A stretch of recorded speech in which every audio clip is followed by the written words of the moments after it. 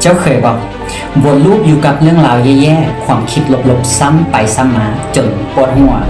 มื้อนี้ค่อยจะมาแชร์เคล็ดลับในการรีเซ็ตสมองให้เลิกคิดลบได้ภายใน5นาทีให้ตามขั้นตอนดังนี้เลย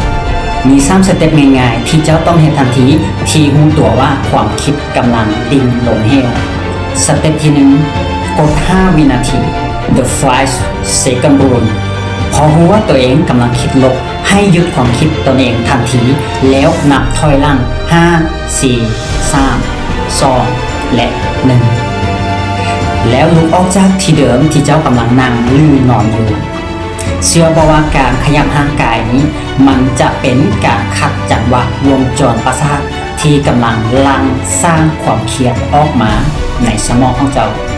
สเต็ปที่2เปลี่ยนคำถาม flip the script แทนที่จะถามว่าเป็นยังเรื่องนี้ต้องเกิดกับค่อยให้เจ้าเปลี่ยนไปถามว่าเรื่องนี้กำลังซ่อนยังค่อยหรือให้คิดว่าโชคดีเท่าได้แล้วที่เรื่องมันบ่ได้โหดร้ายหนักไปกว่านี้ที่ควรจะเป็นและจงเชื่อค่อยเถิดว่าสมองของเราจะพยายามค้นหาสิ่งที่เราตั้งคำถามไปเสมอสเต็ปที่3คือระบายลงกระดาษเรียนดำถ้าเจ้าอย่างฟุ้งซ่านอยู่ให้หยิบเจียกระดาษออกมาแล้วเขียนทุกสิ่งที่เจ้ากังวลออกมาใส่เจียกระดาษในมือเจ้าให้หมด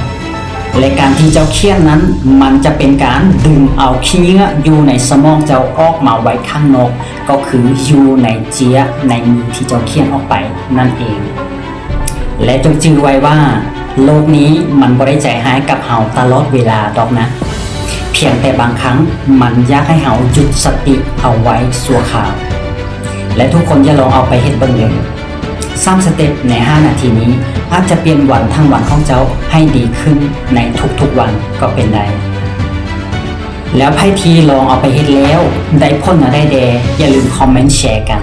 และสำหรับคนที่มีวิธีการกำจัดแนวความคิดลบๆที่แตกต่างจากนี้อย่าลืมคอมเมนต์มาแชร์กันเพื่อเป็นธรรมทานให้แก่เพื่อนฝูงที่เรียนมาเจอคลิปนี้